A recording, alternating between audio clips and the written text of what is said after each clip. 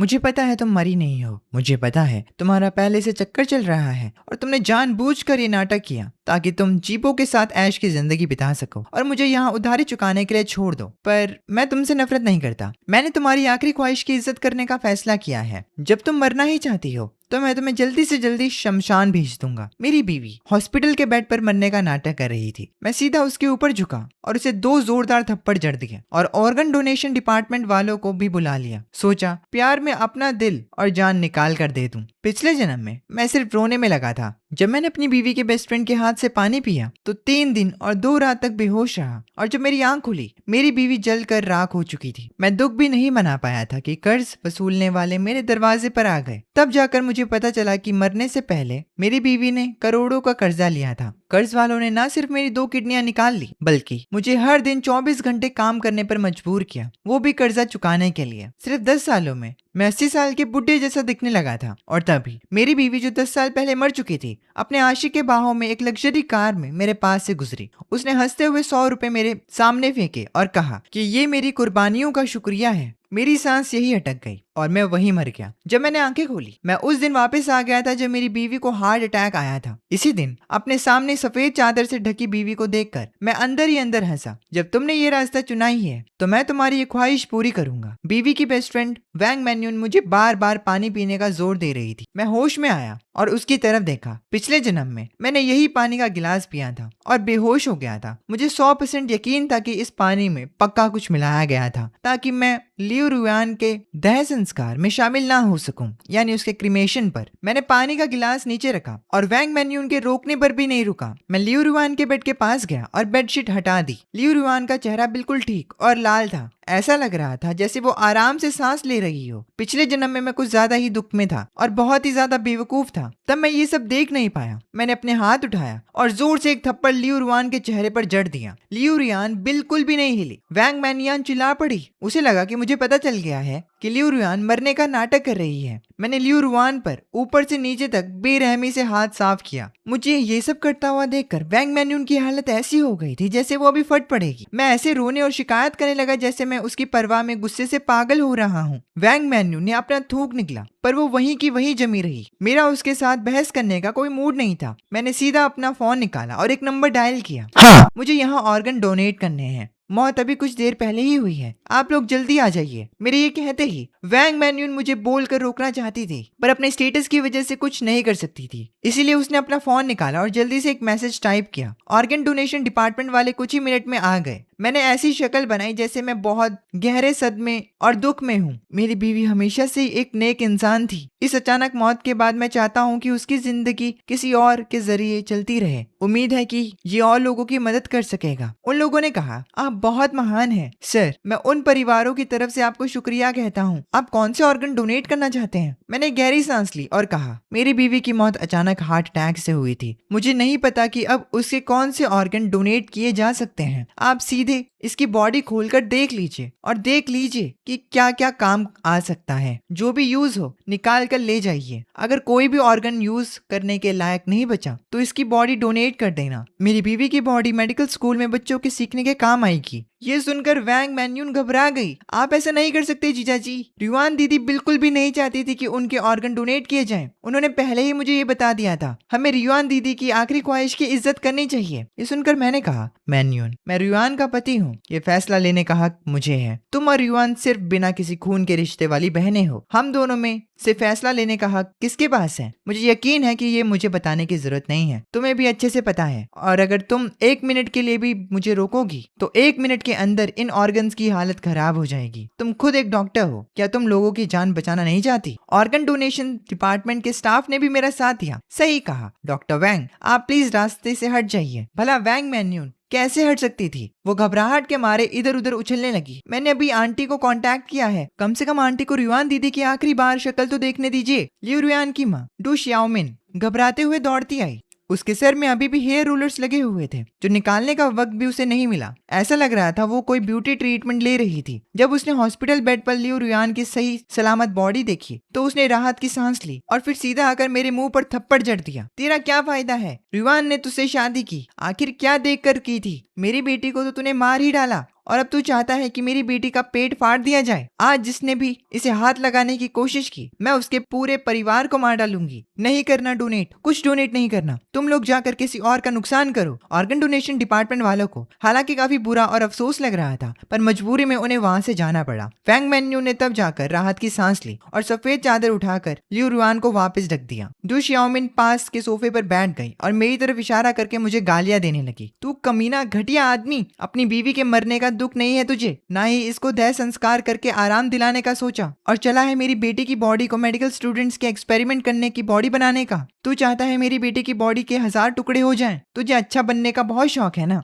तो जाकर खुद को डोनेट करना। तू अभी जाकर मर क्यों नहीं जाता? मैं तेरी सारी बॉडी डोनेट करवा दूंगी। मैंने अपना चेहरा छुपाते हुए गहरी आह भरी। माँ, मुझे माफ कर दीजिए, मेरी गलती थी। मैं तो बस चाहता था कि। सोचना भी मत, उसने चिल्लाकर कहा। तू अभी के अभी निकल जा यहाँ से। मैं थोड़ी देर में खुद अपनी बेटी को शमशान भेजूंगी। मैं तुरंत चुप हो गया और डरते डरते वहीं पानी का गिलास जो वैंग मैन्यून मेरे लिए लाई थी डू शियाओमिन के आगे बढ़ा दिया। डू शियाओमिन को उस पर बिल्कुल शक नहीं हुआ। ऊपर से टेंशन और लगातार गालियां बकने की वजह से उसका गला कब से सूख चुका था। उसने एक ही सांस में वो सारा पानी पी लिया। वैंग मैन्यू उसे रोकना चाहती थी, पर उसे वक्त ही नहीं मिला। पानी पीने के 2 मिनट के अंदर डू शियाओमिन बेहोश होकर गिर पड़ी। वैंग मैन्यून का पसीना जो अभी सूखा था फिर से छूटने लगा। वो हकलाते हुए बोली, जीजा जी, आप कहीं आपका दोबारा ऑर्गन्स डोनेट कराने का इरादा तो नहीं? मैंने सर हिला दिया और डू शियाओमिन को सोफे पर ठीक से लिटा दिया। नहीं यार, कैसे? माँ ने मना कर दिया है तो जाहिर सी बात है मैं आगे कुछ नहीं करूंगा। वैंग मैन्यू ने राहत की सांस ली। आंटी अचानक से बेहोश हो गई हैं। लग रहा है कुछ ठीक नहीं है। आप जल्दी से इनको इमरजेंसी में ले जाकर चेक करवाइए। मैं खुद रियुआन दीदी की क्रीमेशन का इंतजाम करवाती हूँ। ये सुनकर मैंने उसकी तरफ हल्के से मुस्कुराते हुए देखा। तुमने उल्टा बोल दिया लगता है। तुम एक डॉक्टर हो, मरीजों का ध्यान तुम्हें रखना चाहिए, और मैं रियुआन का पति हूँ। उसका देह संस्कार अरेंज करना मेरा हक बनता है। क्यों,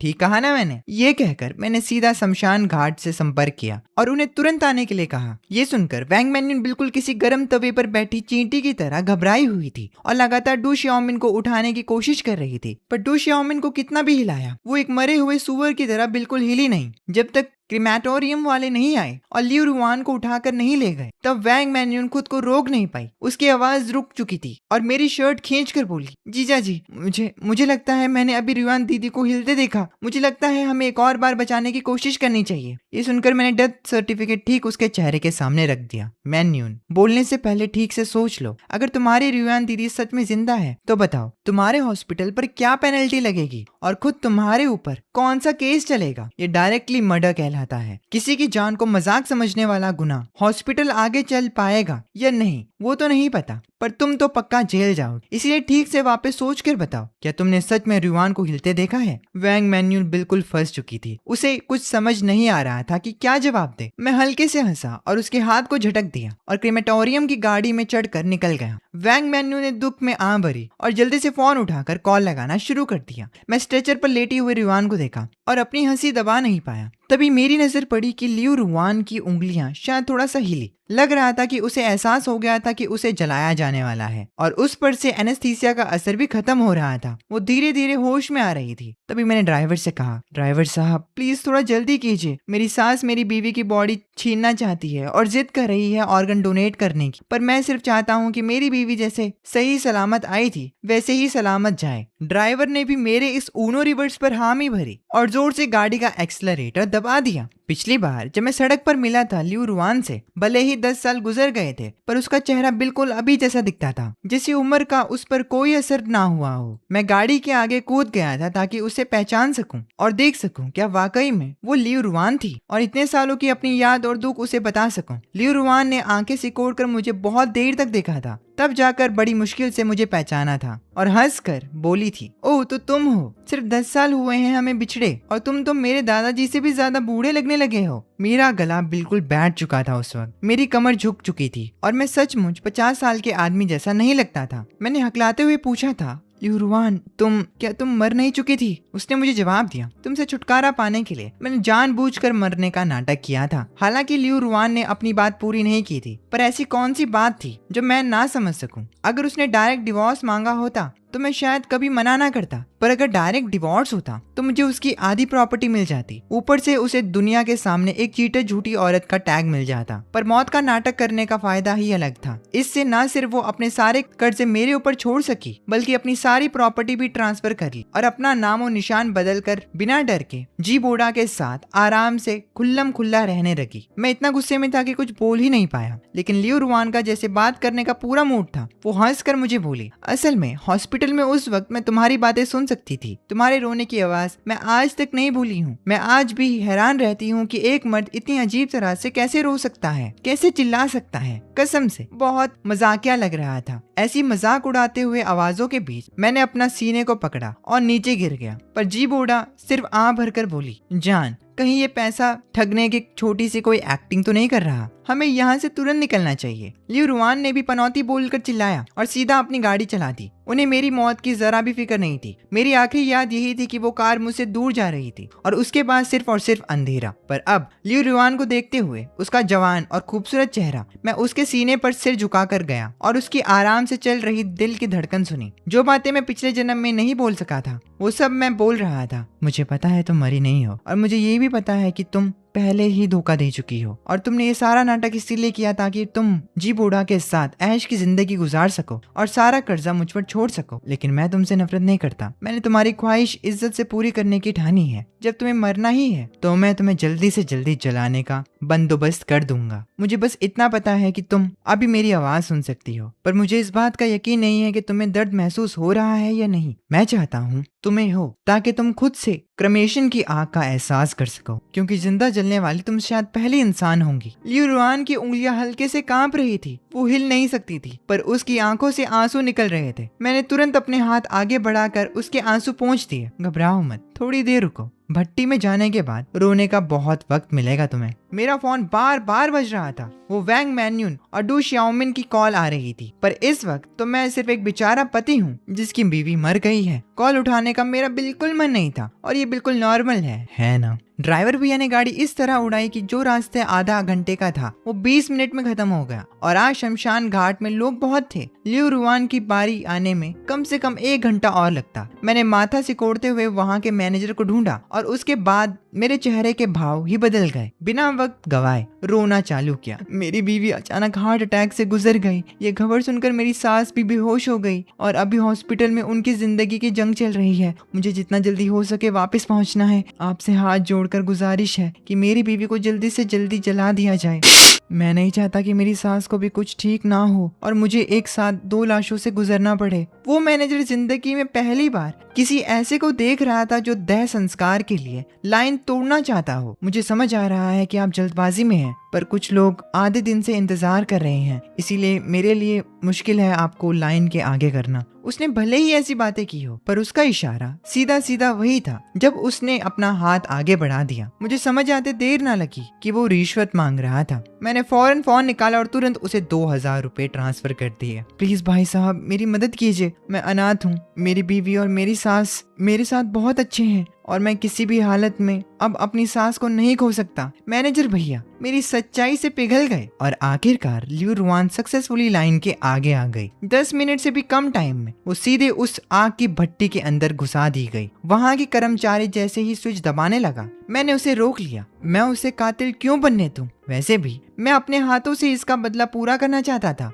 मेरी सख्त रिक्वेस्ट पर उस स्टाफ ने मुझे स्विच दबाने की इजाजत दी। तभी उसी वक्त दरवाजे के बाहर से आवाज आई। डू श्याओमिन और वैंग मैन्यून दोनों घबराकर चिल्ला रही थी, रुक जाओ वहीं पर, मत जलाओ उसे। तुम बस हाथ पीछे कर लो, मेरी बेटी को बाहर निकालो। जीजा जी आप रुक जाइए जरा, आंटी जी को रुआन दीदी से कुछ बात करनी है। डू श्याओमिन चिल्ला रही थी, तू भाग यहाँ से। मैं किसी हालत में तुझे मेरी बेटी को जलाने की इजाजत नहीं दूंगी। मैं खुद करूंगी जो करना है। अब इस हालत पर आ चुके थे, और ये दोनों लोग अभी तक वो फेक डेथ वाला प्लान सोच रही थी। मैं घुटनों पर रो रो कर फर्जी ये एक्टिंग करते हुए बोला, माँ रुआन जा चुकी है, कृपया करके उसे शांति से जाने दीजिए। मैं रुआन का पति हूँ, मैं नहीं जाने वाला वहाँ से। हम तीनों की बहस और लड़ाई देखकर काफी लोग वहाँ इकट्ठा हो गए। कर्मचारी और स्टाफ लोग आपस में छाछाते और हैरान हुए। भाई ये कौन सा दुख वाले ड्रामे का नाटक लगा रखा है यहाँ। क्रीमेशन स्टाफ उन दोनों औरतों का तमाशा देखकर पहले ही इरिटेट हो चुका था। कर्मचारी झल्लाकर जैसे ही जलाने वाला बटन दबाने आगे बढ़े, वैंग मैन्यून और डू श्याओमिंग किसी छूटे हुए जानवर की तरह उस पर झपटे। वो दोनों उस वक्त जैसे दो भूखी और डरावनी शेरनी नजर आ रही थी। कर्मचारी उनका ये रूप देखकर बुरी तरह डर गए। जैसे ही वो डर के मारे एक कदम पीछे हटा, वैंग मैन्यून और डू श्याओमिन अपनी स्पीड और बैलेंस रोक नहीं पाई और सीधा भट्टी के पैनल से जा टकराई। उनके पेट से टकराते ही गलती से जलने वाला स्विच दब गया। धूम, एक बहुत ही भारी शोर हुआ और अगले ही पल भट्टी के अंदर से आग की इतनी भारी लपटें उठी कि उन्होंने पल भर में लियू रुआन की बॉडी को पूरी तरह खा लिया। फौरन दो औरतों के जोर से चिल्लाने की आवाजें गूंजी। वहां खड़े हर एक शख्स की नजरें अब वैंग मैन्यून और डू श्याओमिन पर टिकी थी, लेकिन मेरी आंखों का पूरा फोकस सिर्फ और सिर्फ उस भट्टे के अंदर जिंदा जल रही लियू रुआन पर था। लियू रुआन के एनेस्थीसिया का असर अब पूरी तरह खत्म हो चुका था। आग की लपटों के बीच मुझे धुंधला सा दिखाई दिया कि वो दर्द के मारे अपना मुंह खोल रही थी और भट्टी से अपना हाथ बाहर निकालने की पूरी कोशिश कर रही थी। पर अफसोस, बाहर का शोर और धूम धड़ाका इतना ज्यादा था कि किसी की भी नजर अंदर चल रहे इस खौफनाक नजारे पर नहीं गई। करीब 1 मिनट गुजर गया। लोग हैरानी से देख रहे थे कि आखिर अंदर क्या हालात है। क्रेमेटोरियम का स्टाफ भी कंफ्यूज था और आपस में फुसफुसाने लगा। मैंने धीरे से अपना चेहरा पहुंचा। सच कहूं तो मेरी आंखों में एक भी आंसू नहीं था, पर लोगों के सामने रोने का ढोंग करते हुए मैं अपनी छुपती हुई हंसी दबा रहा था। अपने चेहरे पर लाचारी और सदमे का परफेक्ट नाटक सजाते हुए मैं भट्टी के पास गया और अपने झूठे आंसू पोंछते हुए दुख भरी बातें कहने लगा। दूसरी तरफ वैंग मैन्यून बदहवासी में डू श्याओमिन को पीछे छोड़ते हुए भागती हुई और लुढ़कती हुई आगे आई। जैसे ही उसने भट्टी के अंदर की हालत देखी, डर के मारे उसकी आधी जान वहीं निकल गई। वो पागलों की तरह जोर जोर से भट्टी के बटन्स दबाने लगी, जैसे किसी तरह आग रोक देगी। क्रेमेटोरियम वाले अपनी जिंदगी में पहली बार ऐसे हाइपर और जज्बाती रिश्तेदारों को देखकर हैरान रह गए। उन्होंने तुरंत वैंग मैन्यून को पकड़कर वहां से दूर उठा फेंका। देखिए मैम, हमें पता है कि आप दुख में हैं, लेकिन मरे हुए इंसान अब वापस नहीं लौट सकते। आप लोग यहाँ ऐसे ड्रामा करोगे तो वो जाने वाली औरत भी शांति से नहीं जा पाएगी। ये सुनकर डर की वजह से वैंग मैन्यून का चेहरा एकदम सफेद पड़ गया। वो एक झटके में जमीन पर बैठ गई और बड़बड़ाने लगी, खत्म, सब खत्म, ये लो, अब सब कुछ तबाह हो गया। डू श्याओमिंग जमीन पर हाथ पैर हिलाते और रेंगते हुए आई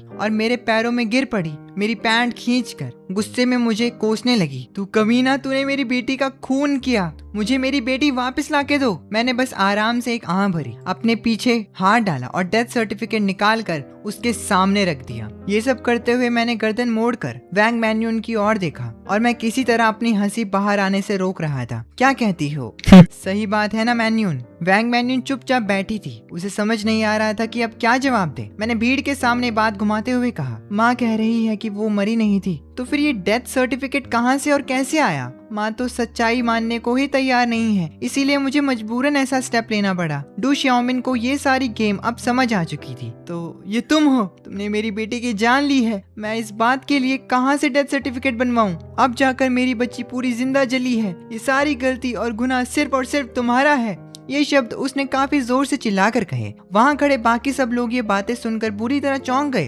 कर्मचारियों की शक्लें डर के मारे पीली पड़ चुकी थी। हे भगवान, क्या चल रहा है यहाँ? कसम से ये तो मर्डर की साजिश लग रही है। डू श्याओमिन ने आसपास के लोगों की ऐसी बातें जैसे ही सुनी, उसका सर घूमने लगा और वो सीधा वहीं जमीन पर बेहोश हो गई। मैंने फौरन रिएक्ट किया और आगे बढ़कर सीधा एक जोरदार थप्पड़ वैंग मैन्यून के मुंह पर मारा। मैन्यून, तुम्हें कौन सी बीमारी है जो तुम यहाँ पर ऐसा झूठ बोल रही हो? मेरी बीवी अगर मर चुकी है तो मैं ऐसे फालतू की अफवाह फैलाने की जरूरत क्यों पड़ रही थी? वैंग मैन्यून उस थप्पड़ की गूंज से पूरी तरह सन और शॉक्ड रह गई। आसपास के स्टाफ ने जब मेरी बात सुनी तो उन्हें तब सच में यही लगा कि वैंग मैन्यून बस मजाक कर रही थी। भीड़ धीरे धीरे छंट गई और सब अपने नॉर्मल कामों में लग गए। लियू रुआन का क्रीमेशन खत्म हो चुका था। भट्टी की आग जलकर बंद हो गई थी। मैंने अपने चेहरे पर वापस दुख और गुस्से का भेस बनाया। मैंने लियू रुआन की राख अपने हाथों में ली और क्रीमेटोरियम से बाहर निकल आया। जाने से पहले मैं वैंग मैन्यून को एक आखिरी बात बोलना नहीं भूला। तुमने फालतू का नाटक करके माँ को डर से बेहोश कर दिया है।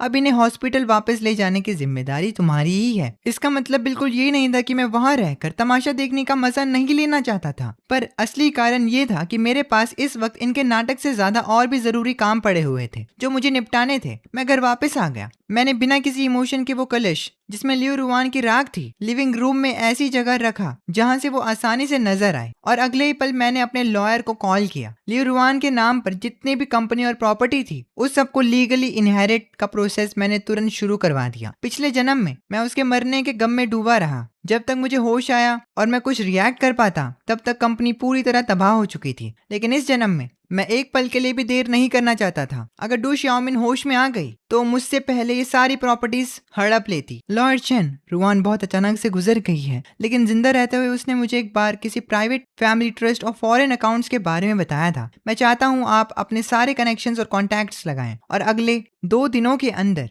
मुझे उसके नाम पर चल रहे सारे असली फाइनेंशियल ट्रांजैक्शन का कच्चा चिट्ठा निकाल कर दें। कॉल पर दूसरी तरफ लॉर्ड चेन जियांगचंग थे। वो थोड़ा हिचकिचाए। मिस्टर ली, अभी के पब्लिक रिकॉर्ड के हिसाब से देखें तो मिस लियू के नाम पर सिर्फ कुछ बेसिक प्रॉपर्टीज हैं और एक कंसल्टिंग कंपनी है जो लगभग बैंकरप्ट हो चुकी है, और उसके ऊपर से इन सब पर करोड़ों का कर्जा है। क्या आपको वाकई इसमें आगे बढ़ना है? मैंने कॉन्फिडेंस के साथ जवाब दिया। लॉर्ड चेन, लियू रुआन एक ऐसी औरत थी जो हद से ज्यादा चालाक और शातिर थी। उसने अपनी जान लेने का नाटक करना जरूरी समझा, पर मुझसे डिवोर्स लेना नहीं। इसका साफ मतलब है कि उसे जिन एसेट्स को मुझसे बचाना था वो इन करोड़ों के कर्जे से भी कहीं ज्यादा थे। आप बस मेरे लिए इसकी इन्वेस्टिगेशन कीजिए। उसके थोड़ी ही देर बाद लॉर्ड चेन का भेजा हुआ एक इनक्रिप्टेड मेल मुझे मिल गया। मैं जो भी सोच रहा था वही बिल्कुल सच निकला। लियू रुआन ने अपनी उस so called medical consulting company का इस्तेमाल किया था लंबे समय तक मनी लॉन्ड्रिंग करने और एसेट्स को इलीगल तरीके से छुपाने और ट्रांसफर करने के लिए। उसने वैंग मैन्यून की मेडिकल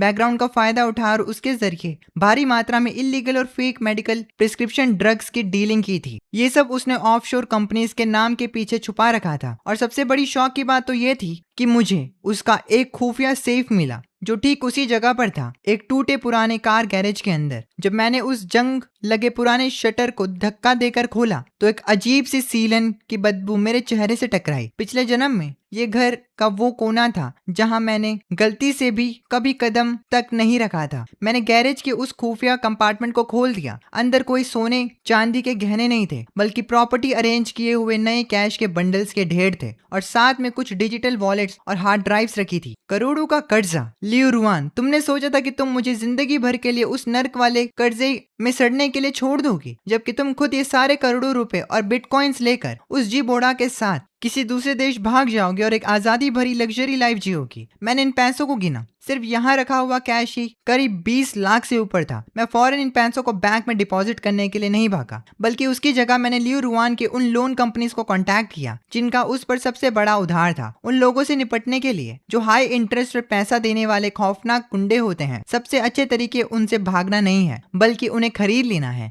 मैंने इन सभी कंपनीज के बॉसेस को एक हाई एंड प्राइवेट क्लब में मिलने के लिए बुलाया। दोस्तों, लियू रुआन का देह संस्कार हो चुका है। ये रहा उसका डेथ सर्टिफिकेट। मुझे लगता है आप सब ने ये खबर सुन ली होगी। उन्होंने थोड़ी अकड़ के साथ कहा, मिस्टर लिन, इंसान के मरने से उसका कर्ज खत्म नहीं होता। आप उसके हस्बैंड और पहले वारिस हैं, तो जाहिर है ये पैसा तो आपको ही चुकाना पड़ेगा। मैंने शांति से मुस्कुराते हुए कहा, मैंने कब कहा कि मैं ये पैसा नहीं चुकाऊंगा? ये यहाँ 20 लाख रुपए कैश हैं। एक भरोसे के तौर पर मैं पहले ही कुछ हिस्सा इंटरेस्ट दे रहा हूँ। बाकी बचा हुआ सारा कर्ज मैं लियू रुआन की कंपनी टेक ओवर करने के बाद लीगल शेयर्स गिरवी रख कर आप सबको दे दूंगा। लेकिन मेरी एक शर्त है। मैंने उन्हें समझाते हुए आगे कहा, लियू रुआन की माँ डू श्याओमिन और वो आदमी जिसका नाम जी बोडा है, उनके पास शायद अभी भी लियू रुआन के छुपे हुए पैसों का एक बड़ा हिस्सा है। वो लोग मेरे खिलाफ हर जगह झूठ फैला रहे हैं कि मैंने अपनी बीवी का खून किया है ताकि वो लोग किसी तरह ये सारी प्रॉपर्टी हड़प लें। अगर वो लोग अपने इस घटिया प्लान में कामयाब हो गए तो याद रखना, इस पैसे में आपको एक फूटी कौड़ी तक नहीं मिलेगी। एक बॉस ने थोड़ा आगे होकर पूछा, तो मिस्टर लिन, आपका मतलब ये है कि हम उन्हें इस मामले में दखल देने से रोकें और आपके इस कंपनी बेचने के प्रोसेस को आराम से चलने दें, और साथ ही साथ उन्हें भी थोड़ा एहसास दिलाएं कि मार्केट के गुंडों का कर्जा मांगने का डर और दबाव कैसा होता है। मैंने हामी भरी। बिल्कुल सही। जब उन्हें मेरे खिलाफ सबूत चाहिए ही थे तो मैं उन्हें इस कर्जे के दलदल में डूबने के लिए बिल्कुल अकेला छोड़ दूंगा। लियू रुआन की वो कंपनी जिसका नाम रुआन ट्रेडिंग है, सुनने में उसका नाम काफी क्लासी लगता है, पर असल में वो एक फ्रॉड और अंदर से पूरी तरह खोखली शेल कंपनी थी। कंपनी टेक ओवर करने के अपने पहले दिन ही मैं ठेकेदार की तरह अपने साथ 12 बॉडीगार्ड्स और बाउंसर्स ले गया। फाइनेंस मैनेजर वैंग क्विंग, जो कि असल में वैंग मैन्यून की कजन है, उस वक्त डर के मारे फाइल्स पकड़े खड़ी थी। उसका चेहरा डर के मारे बिल्कुल सफेद पड़ चुका था। मिस्टर लिन, ये कंपनी के रूल्स के खिलाफ है। बॉस लियू रुआन अभी बस कल ही गुजरी हैं और आप उनके डेथ के अगले दिन ही इतना तमाशा करके हम पुराने और लॉयल एम्प्लॉयज को जॉब से निकाल रहे हैं। मैंने उसे गुस्से से घूरते हुए देखा। रूल्स? कंपनी के 3,80,000 की हेरा फेरी करना और उसके फर्जी इनवॉइसेस बनाकर फाड़ कर फेंक देना। मैनेजर वेंग, तुम मुझसे बिजनेस रूल्स के बारे में यहाँ बैठकर बात करना चाहती हो या फिर सीधा पुलिस के साथ जेल में बैठकर जिंदगी के रूल्स डिस्कस करना चाहती हो? मेरी बात सुनकर वो बुरी तरह कांप गई। मैंने फाइनल वार्निंग देते हुए कहा, तुम्हें सिर्फ आधा घंटा दे रहा हूँ। अपने इस कंप्यूटर में से वो सब कुछ, लियू रुआन और जी बोडा के बीच में सारी प्राइवेट ईमेल्स और इलीगल बैंक स्टेटमेंट्स का एक एक डाटा निकाल कर अभी मेरे टेबल पर रखो। अगर काम ठीक से कर दिया तो ये तुम्हारा जो 3,80,000 का फ्रॉड है, मैं उसे तुम्हारा सर्वेलेंस पे मानकर माफ कर दूंगा। और अगर तुमने थोड़ी सी भी चालाकी दिखाई तो याद रखना, सीधा जेल जाओगी अपने उन सारे लोगों के साथ। 20 मिनट से भी कम टाइम में मुझे वो सब मिल गया जो मुझे चाहिए था। इसमें लियू रुआन के जरिए जी बोडा को इलीगली ट्रांसफर किए गए एसेट्स के पक्के सबूत और उन दोनों के फॉरेन में खरीदी गई प्रॉपर्टीज के सारे ई कॉन्ट्रैक्ट शामिल थे। ये सारी चीजें ओरिजिनली लियू रुआन के फेक डेथ के बाद उसकी नई जिंदगी शुरू करने का एक सॉलिड प्लान थी। पर अब ये सब उन्हीं दोनों पर फ्रॉड और इलीगल एसेट ट्रांसफर का केस ठोकने का मेरा सबसे बड़ा हथियार बन चुकी थी। मौसम थोड़ा उदास और धुंधला था। मैं अपने बैंक अकाउंट में लगातार बढ़ते हुए बैलेंस को देख रहा था, पर मेरे दिल में कोई खास खुशी या हलचल नहीं थी। लियू रुआन के नाम की फिक्स प्रॉपर्टीज, कोल्ड वॉलेट्स में रखे डिजिटल एसेट्स और कंपनी के शेयर्स को मिलाकर टोटल वैल्यू 5 करोड़ से ऊपर जा चुकी थी। और वो करोड़ों को कर्जा जो मेरे थोड़े से दिमाग लगाने के बाद अब लियू रुआन का पर्सनल फ्रॉड लोन बन चुका था, क्योंकि कर्जा लेने वाली अब मर चुकी थी और उसके हिस्से की प्रॉपर्टी से कर्जा चुकाया जा चुका था। तो बचा हुआ सारा नर्क जैसा कर्जा सीधा गारंटर यानी डू श्याओनमिन के सर पर आ गिरा। ये मेरी तरफ से उसके लिए आखिरी और सबसे बड़ा तोहफा था। बीवी से तो बदला ले लिया था, अब सासू माँ की बारी थी। जब ये सब चल रहा था तो मैंने सोचा, बीवी तेरा शुक्रिया, अब मेरे पास पैसा है, घर है, कंपनी है, आगे की जिंदगी में बहुत ऐश और मजे से जीऊंगा। पिछले जन्म में तूने जैसी जिंदगी जी थी उससे भी ज्यादा शानदार जिंदगी अब मैं जीऊंगा। मैं उस रात इतना नशे में धुत था कि सीधा सोफे पर सो गया। अगले दिन सुबह दरवाजे पर होने वाली जोर की दस्तक से मेरी आंख खुली। मैंने अपने हैंगओवर से भरी दर्द करते सर को दबाया और दरवाजा खोला। बाहर वैंग मैन्यून और डू श्याओमिन खड़ी थी। उनके साथ एक आदमी भी था जो मुझसे कुछ साल बड़ा लग रहा था। उसकी शक्ल देखकर मैं समझ गया कि ये वही जी बोडा है जिसे मैंने पिछले जन्म में देखा था। उसके चेहरे पर दुख और गुस्सा भरा था। उसने एक 6 से 7 साल के बच्चे का हाथ पकड़ा हुआ था जिसकी शक्ल लियू रुआन से बहुत मिलती थी। क्या ये लियू रुआन और इसका नाजायज बच्चा है? तभी मैं सोचूं कि शादी के बाद लियू रुआन बच्चा क्यों नहीं चाहती थी। असल में वो पहले ही जी बोडा के साथ एक बच्चा पैदा कर चुकी थी। उन तीनों के चेहरे पर सदमा था। डार्क सर्कल्स बहुत गहरे थे और उनके ठीक पीछे कुछ पुलिस वाले खड़े थे। इंस्पेक्टर साहब, यही है वो आदमी, इसने मेरी बेटी को जिंदा जला दिया। इसे जल्दी अरेस्ट कीजिए और इसे भी आग में डाल दीजिए ताकि इसे पता चले कि कैसा दर्द होता है। डू श्याओमिन चिल्लाई। मुझे पहले से ही अंदाजा था कि ये ड्रामा होने वाला है, बस यही नहीं सोचा था कि इतनी जल्दी शुरू हो जाएगा। मैंने बेबसी और लाचारी का नाटक करते हुए एक आह भरी और कहा, माँ क्या आप ऐसे मजाक करना बंद करेंगी? ये बोलते हुए मैंने डेथ सर्टिफिकेट बाहर निकाल लिया। इंस्पेक्टर साहब, ये मेरी बीवी का डेथ सर्टिफिकेट है। मेरी सास अपनी बेटे की मौत का सदमा बर्दाश्त नहीं कर पा रही है। शायद उनका दिमागी संतुलन थोड़ा बिगड़ गया है। पुलिस वाले ने सर्टिफिकेट देखा एंड कहा, ये तो ठीक है। मैंने आह भरते हुए आगे कहा, मेरी और मेरी बीवी की शादी को 3 साल हो गए थे। हमारा रिश्ता बहुत बहुत अच्छा था। मुझे पता था कि मौत के बाद मेरी बीवी नहीं चाहती थी कि उसकी बॉडी सड़े, इसीलिए मैंने फौरन उसका देह संस्कार करवा दिया। क्या मैंने कुछ गलत किया? डू श्याओमिन ने अपने सीने को जोर से पकड़ा। बकवास बंद कर। मेरी बेटी तो जैसे झंड आदमी से कब से नफरत करने लगी थी। अगर उस वक्त बोडा का डिवोर्स ना अटका होता तो रुयान गुस्से में आकर तुझसे शादी क्यों करती? तूने जानबूझकर किया है। तूने जानबूझकर लाइन तोड़कर उसे जलाया ताकि तू मेरी बेटी की कंपनी और प्रॉपर्टी हड़प सके। मैंने कल ही कंपनी वालों से बात की थी, मुझे सब पता चल गया है। अब तू और क्या झूठ बोलेगा? मैंने ऐसी शक्ल बनाई जैसे मुझे अपने कानों पर यकीन नहीं हो रहा। मेरी आंखें रोने की वजह से लाल थी। माँ, आप मुझे गालियाँ दे सकती हैं, पर मेरे और रुयान के बीच का प्यार सच्चा था। अगर हमारे बीच प्यार नहीं था तो उसने मुझे अपनी प्रॉपर्टी का अकेला वारिस क्यों बनाया? आप कह रही हैं कि रुयान जिंदा थी, तो आप खुद सोचिए, इतने बड़े हॉस्पिटल वाले क्या जिंदा और मुर्दा इंसान में फर्क नहीं बता सकते? मान्यून ने खुद अपने मुंह से मुझे बताया था कि रुयान ब्रेन डेड हो चुकी है और उसके दिल ने धड़कना बंद कर दिया है। भला कौन सा जिंदा इंसान ऐसा होता है? डू शियाओमिंग ने वांग मैन्यून की तरफ इशारा किया कि वो कुछ बोले, पर वैंग मैन्यून ने अपना सर नीचे झुका लिया। सोचा जाए तो ये सही भी था। अगर वो अभी अपना मुंह खोल कर ये मान लेती कि डेथ सर्टिफिकेट झूठा है तो उस पर बहुत बड़ा केस लग जाता। इसलिए उसने चुपचाप रहकर इस झूठ को ही चलने दिया।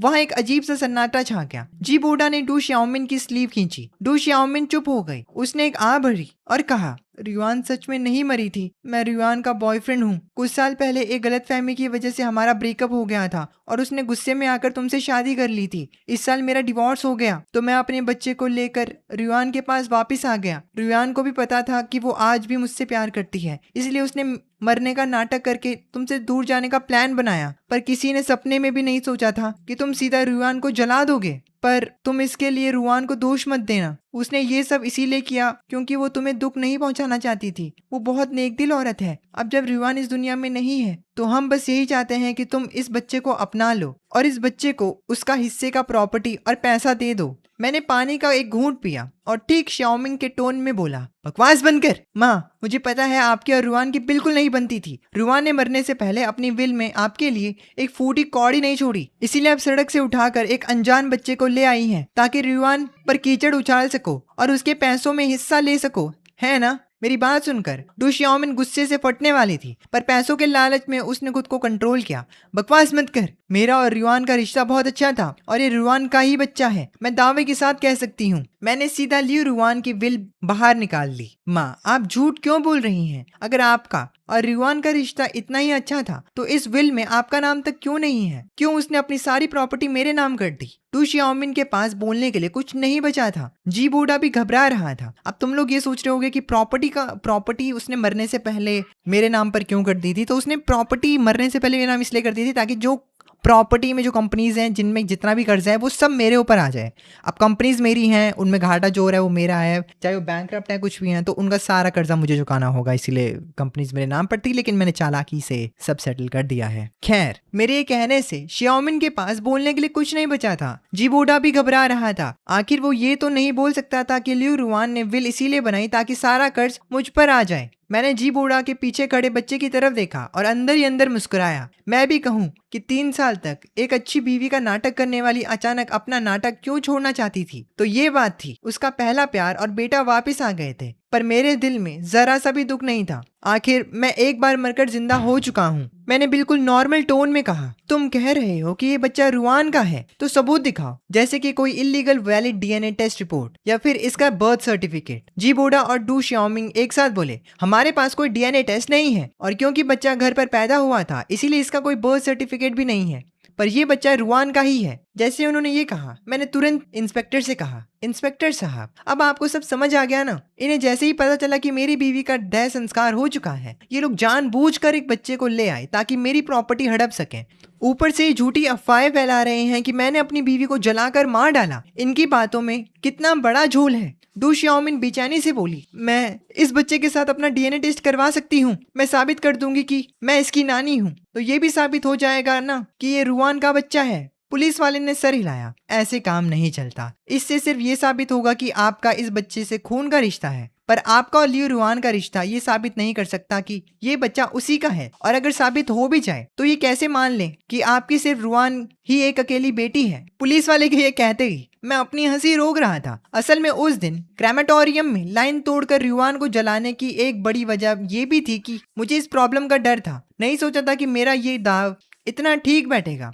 डू शियाओमिन और जी बूढ़ा ने एक दूसरे की तरफ देखा। जी बूढ़ा ने दांत पीसते हुए कहा, छोड़ो बच्चा किसका है, पर रुआन सच में नहीं मरी थी। इसने ही रुआन को जिंदा जलाया है। ये खूनी है। ये रुआन के पैसे लेने का हकदार नहीं है। जी बूढ़ा की ये बात ठीक तो थी, पर उससे पहले ये तो साबित करो कि मैं खूनी हूँ। मैंने अचानक वैंग मैन्यून की तरफ देखा। मान्यून, तुम बताओ, रुआन मरी थी या जिंदा थी? तुम एक डॉक्टर हो, तुम्हारा भी एक परिवार है, सोच समझ कर जवाब देना। तुम्हें शायद याद ना हो, पर मुझे अच्छे से याद है कि उस वक्त जलाने वाला बटन तुमने और माँ ने ही आगे बढ़कर दबाया था। अगर रुआन सच में जिंदा थी तो तुम और माँ दोनों खूनी हुए। मैंने उन दोनों के उस दिन बटन से टकराने वाले सीन को जानबूझकर ऐसे बताया जैसे उन्होंने खुद आगे बढ़कर बटन दबाया था। डू श्याओमिन के मुंह से कुछ निकलता उससे पहले ही वैंग मैन्यून ने डर के मारे झट से बोल दिया, रुआन दीदी सच में मर चुकी थी। मैन्यून के ये कहते ही मैंने राहत की सांस ली, पर जी बूढ़ा ने अपना फोन उठा लिया और उसने कहा, मुझे पहले से ही पता था तुम झूठ बोलोगे, इसीलिए मैं सबूत लाया हूँ।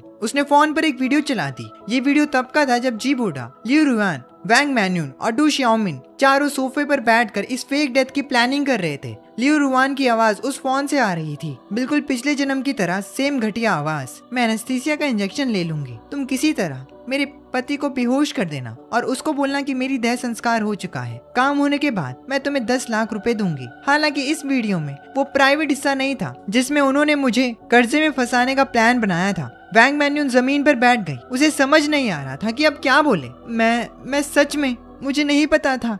जी बूढ़ा ने लंबी सांस ली। देखा, मैंने झूठ नहीं बोला, तूने ही रुआन को मारा है और ये सारी प्रॉपर्टी अब आंटी जी की होगी। मैं बिल्कुल ऐसी शक्ल बनाकर खड़ा था जैसे मैं डर गया हूँ और मेरे पास बोलने को कुछ नहीं है। थोड़ी देर इमोशंस जमा करने के बाद मैं बहुत ही रोते हुए भोलेपन की एक्टिंग करने लगा। इंस्पेक्टर साहब, मुझे कंप्लेन करनी है। इन्होंने मिलकर जानबूझकर मेरी बीवी को फेक डेथ की साजिश का हिस्सा बनाया और मुझे नहीं बताया। मैं उस वक्त इतने सदमे में था कि मैं ध्यान ही नहीं दे पाया कि मेरी बीवी मरी है या नहीं।